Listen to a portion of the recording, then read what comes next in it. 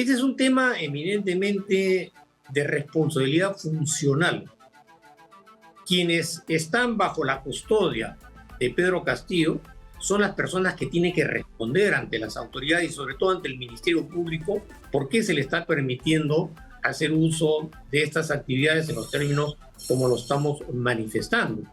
Y además él tendrá pues, que explicar, y además las autoridades, en este caso el director del INPE, es el que tiene que responder. Me llama la atención, primero empecemos, cómo así un reo, prisionero, una persona que está encarcelada, puede dar tantas entrevistas, cómo puede escribir en Twitter, recibir gente, recibe a congresistas, cómo puede comunicarse vía redes sociales y cómo puede recibir y dar entrevistas a medios internacionales. ¿Esto es normal? No, no es normal y es motivo de una investigación por parte del personal del Instituto Nacional Penitenciario, porque aquellas personas que están privadas de su libertad en términos provisionales tienen que atenerse necesariamente al cumplimiento de una serie de exigencias y reglamentos de contenido interno que impiden que una persona bajo esas circunstancias pueda, digamos, exteriorizarse libremente como lo podría hacer cualquier ciudadano a través de un medio de comunicación o a través de un medio virtual. Una persona recluida en un centro carcelario está sometida a un procedimiento sumamente exigente y riguroso, porque es fácilmente entendible que la capacidad de poder expresar sus ideas están significativamente limitadas, entre otras cosas porque hay una disposición de un juez que ha restringido la libertad física de esta persona, lo cual tampoco no significa que esta persona pueda tener comunicación con determinados personas de su entorno, como puede ser el caso de sus abogados, con los cuales mantiene una relación de carácter profesional en la que incluso las restricciones también son significativas. El hecho de que una persona tenga asistencia legal de ninguna manera significa que las conversaciones y el intercambio de comunicación con la defensa pueda hacerse de manera absolutamente libre y antojadiza. Hay restricciones, por ejemplo, en cuanto al ingreso de medios virtuales o electrónicos, como puede ser el teléfono. Una persona que tiene una reunión con un sujeto que está privado de su libertad no puede acceder con teléfonos al centro carcelario. Y por supuesto, incluso se fiscaliza el tipo de documentación que el abogado está aportando en ese momento, y eso también es motivo de una intervención de carácter administrativo. Hay países en los que incluso la comunicación con los abogados está limitada a una serie de mecanismos que impiden que el abogado tenga contacto directo con la persona con la que se está entrevistando. Debería grabarse estas conversaciones porque eso es parte justamente del mecanismo de control. Y en esa línea de análisis hay que entender que estas restricciones tienen que cumplirse. Cualquier persona no puede ir a visitar en términos, digamos, libres, y tiene que justificar cuáles son las razones por las cuales se va a intervenir. Y eso es una responsabilidad, en principio, estrictamente administrativa, que corresponde al director del centro carcelario en el cual está recluido, y él tendrá que responder. Sin embargo, también creo que es pertinente analizar que a través de la virtualidad habrían casos de personas que estarían utilizando la imagen de Pedro Castillo para emitir mensajes a la opinión pública en el plano internacional como parte de una estrategia en la que se busca victimizarlo. Y eso ya es un tema, digamos, que escapa propiamente al ámbito propio carcelario. Es un tema que involucra a la Cancillería, porque si las embajadas y los consulados de los lugares en donde se está difundiendo esta información deberían contrarrestar estas campañas maliciosas o maledicentes, informando a la opinión pública de los países extranjeros bajo qué circunstancias, bajo qué exigencias Pedro Castillo está privado de su libertad. Porque si no hay una respuesta tampoco a ese nivel por parte de la Cancillería, evidentemente que los medios de comunicación, en algunos casos orientados o financiados para desprestigiar como parte de esta estrategia mediática publicitaria, porque estamos conscientes que este es un tema que no solamente... Claro, porque lo que nosotros hemos visto es un medio de comunicación que se presenta como un medio de comunicación que dice que ha venido a entrevistarlo, es decir, a los periodistas se supone que no se les engaña, están seguros que la fuente es él, hay diversas maneras de entrevistar a un prisionero. ¿Cuántas veces se ha entrevistado a Antauro Humala? ¿Cuántas veces se ha entrevistado? Uno pide la prueba de quién está hablando mediante los abogados, mediante los familiares. Si no estás totalmente seguro, haces pruebas grafotécnicas. Un medio de comunicación no puede dejar pues cabos sueltos. Entonces se aseguran. Me imagino que no son tan irresponsables. Bueno, más allá de lo que pueden decir, porque los abogados están que se jalonean la defensa de Pedro Castillo. Ya tiene como 14 abogados y ahora le salieron abogados argentinos, ¿no? Y españoles. Ya no se sabe quién les paga, quién están detrás de eso. Todos dicen que son ad honorem y todos dicen que son gratuitamente. Pero lo que a mí me llama la atención es realmente lo que él dice, ¿no? Que, como yo he puesto en mi Twitter, que me parece una entrevista trágico-cómica y mentirosa, porque dice que él lo ha hecho solo. Esto del autogolpe lo ha hecho solo, pero todo el mundo sabemos que él no tenía la capacidad ni siquiera de dirigirse al país. Es posible que él lo haya hecho solo porque la Fiscalía tiene toda una hipótesis de que hay personas detrás como Betsy Chávez y como Aníbal Torres. Es posible que él se esté haciendo harakiri, ni siquiera lo que ha respondido parece que lo respondería él solo. ¿A usted qué le parece? Mira, él puede decir muchas cosas, está en libertad de querer decir lo que se antoje, tanto en sus declaraciones procesales como eventualmente en el caso de que se le permita acceder a una declaración pública, pero del dicho al hecho hay mucho trecho, en términos de que no es materialmente creíble que una persona que era presidente de la nación, que tenía una premier, que tenía un consejo de ministros, que tenía consejeros, que tenía vinculaciones informativas con diferentes sectores políticos, que tenía una representatividad parlamentaria importante, como todavía lo tiene, de ninguna perspectiva mínima es creíble que, además, con las limitaciones cognitivas que tiene Pedro Castillo, que las hemos podido constatar cuando él se ha dirigido a la opinión pública, respondiendo una serie de incoherencias que no se adecúan a los momentos, es materialmente imposible que una persona en esas condiciones, de la noche a la mañana, haya escrito un discurso en los términos como se hizo de conocimiento público, convoca a los medios de comunicación y toma una decisión de esa magnitud que involucra el proyecto histórico del Perú, que involucra instituciones como el Tribunal Constitucional, el Sistema de Justicia, el Parlamento, la Junta Nacional de Justicia, es decir, entidades que son claves en el desarrollo de un país.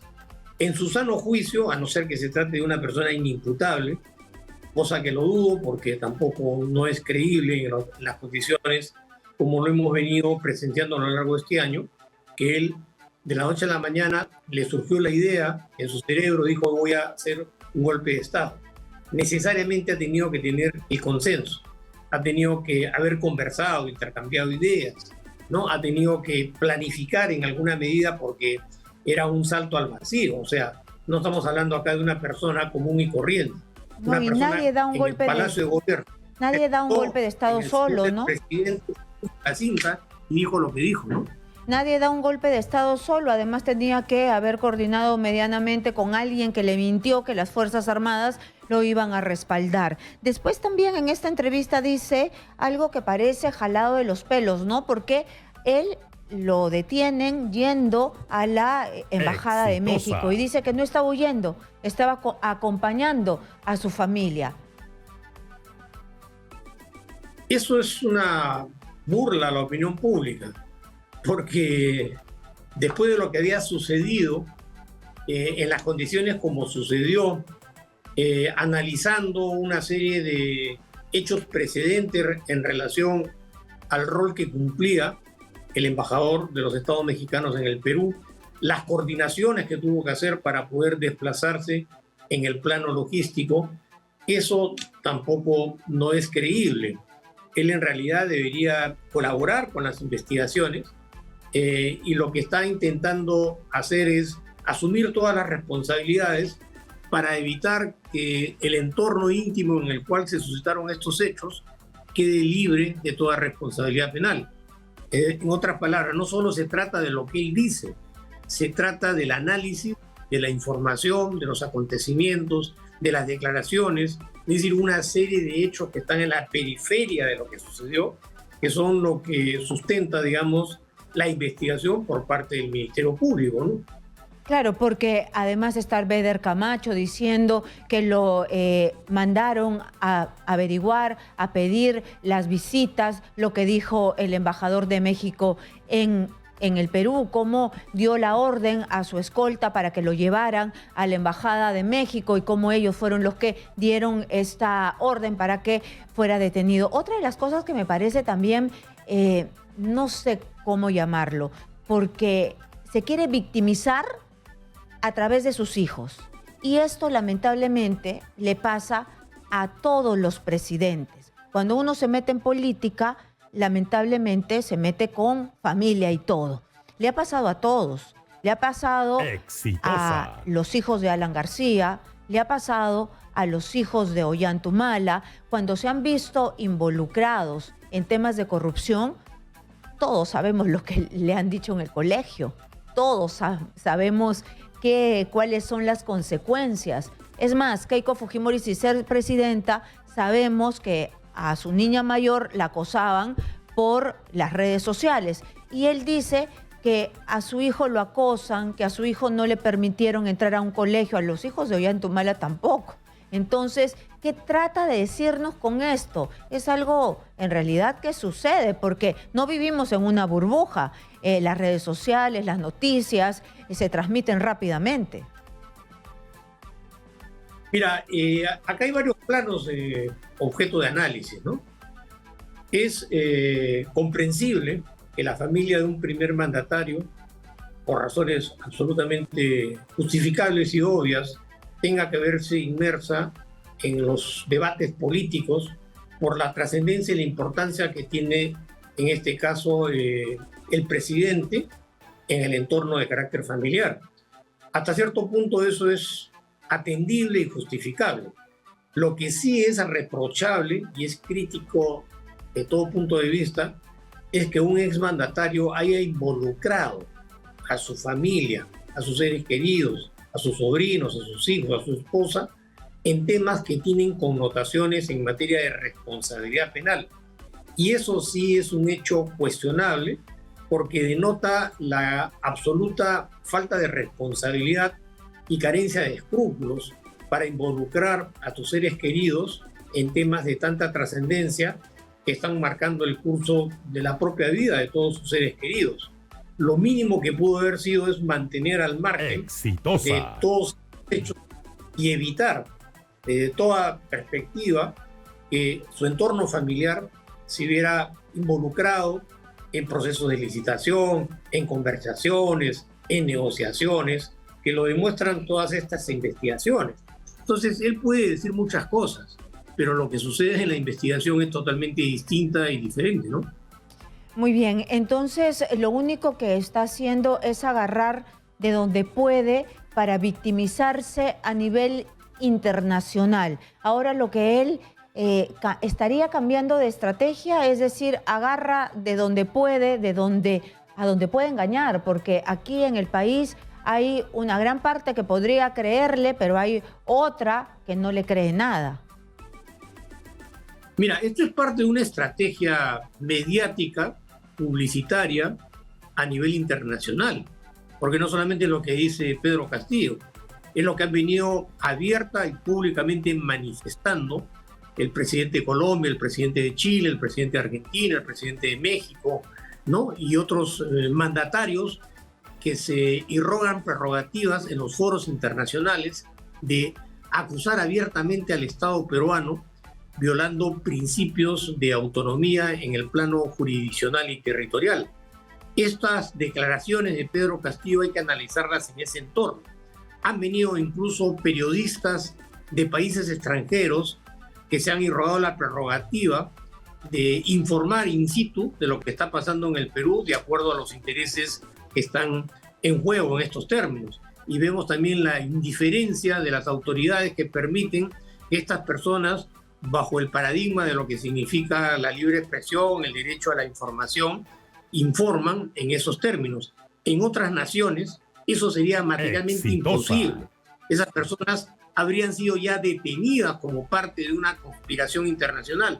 Sin embargo, acá en el Perú somos excesivamente respetuosos de algunos derechos y permitimos que estas cosas suceden. Pero insisto, esto es parte de una estrategia mediática hemisférica internacional en la que evidentemente están tratando de confundir a la opinión pública para hacerles creer que acá ha habido un golpe por parte de las fuerzas opositoras, cuando ha sido totalmente distinto, y que Pedro Castillo es un perseguido cuando en realidad es un exfuncionario que está siendo investigado por casos de corrupción graves, ¿no? Usted ha tocado un tema neurálgico. ¿Qué es lo que se puede hacer para evitar esto? Porque es la primera vez que yo veo, porque ahí a su costado está Alberto Fujimori. Es cierto, está condenado, pero está dentro de las mismas instalaciones y Alberto Fujimori no dice nada, está callado. PPK le prohibieron hablar, porque si no, cambiaba su situación como detenido con arresto domiciliario. ¿Por qué con Pedro Castillo es totalmente distinto si cada vez que abre la boca es para mentir? Este es un tema eminentemente de responsabilidad funcional. Quienes están bajo la custodia de Pedro Castillo son las personas que tienen que responder ante las autoridades y sobre todo ante el Ministerio Público por qué se le está permitiendo hacer uso de estas actividades en los términos como lo estamos manifestando. Y además él tendrá pues, que explicar, y además las autoridades, en este caso el director del INPE, es el que tiene que responder. Ahora, estamos en una situación ambivalente, supuestamente bajo el régimen de un gobierno transitorio, ¿no? Exitosa. Pero acá también hay una situación bastante, digamos, ambivalente en el sentido de lo que significa el respeto a la autoridad, el respeto a la legalidad, el respeto a los derechos ciudadanos y cómo bajo determinadas circunstancias se permiten hacer cosas que en otros escenarios sería materialmente imposible. Entonces acá el principio de autoridad tiene que respetarse, la autoridad es igual frente a todos y es una responsabilidad del Estado a través justamente de las campañas políticas e informativas contrarrestar estos hechos para mostrar la realidad de lo que está sucediendo desde el punto de vista de la responsabilidad penal y las investigaciones que están en curso, ¿no? Una última consulta antes de que se me acabe el tiempo. Lo que pasa es que desde la Policía Nacional, desde la hipótesis de el Ejecutivo, todo esto de la explosión social que ha habido viene ya bien manejado y bien planeado desde el gobierno de Castillo y explotó con este golpe de Estado y después él en la cárcel. Si él es un elemento clave, ¿cómo puede seguir hablando? ¿Cómo puede seguir diciendo? ¿Cómo puede decir yo sigo siendo el presidente de la República? ¿Eso no genera más inestabilidad? Mira, Pedro Castillo puede decir lo que se le venga en gana de acuerdo a su capacidad y apreciación de los hechos. Ese tema no está propiamente siendo objeto de análisis, ¿no? Como lo acabo de manifestar. El problema es cómo se permite que esas apreciaciones mínimamente antojadizas y coloquiales, que nosotros no las creemos, porque sabemos qué cosa es lo que sucedió, salen a la opinión pública. Eso, claro, lo que él piensa da igual, pero ¿cómo salen, pues, no? Claro, eso es un tema, como vuelvo a señalar, que tiene que ser evaluado desde el punto de vista de las autoridades, porque Pedro Castillo no es una persona que esté en libertad, no es un ciudadano común y corriente. Él está bajo la égida de lo que disponen las autoridades. Tanto es así que está privado de su libertad. La privación de la libertad implica restricciones, implica someterse a un régimen de carácter carcelario. Y eso es un tema directamente vinculado a las autoridades, que ya no solamente deberían responder en el plano funcional, sino acá también hay una responsabilidad de carácter político, porque el INPE depende del Ministerio de Justicia, el Ministerio de Justicia depende del Consejo de Ministros, y ahí está el Premier y Ejecutivo. Está la señora Boluarte, la que tendrá que responder pues, bajo esa línea jerárquica, ¿no? Muy bien, ha quedado muy claro. Muchas gracias a Luis Lamas Puccio, abogado penalista, que nos ayuda a entender cómo así sigue hablando, que hable, que piense, pero no tiene por qué salir al exterior todo lo que un prisionero encarcelado piensa, o si no comenzamos a escuchar o ver en los periódicos todo lo que los reos o encarcelados tienen que decir.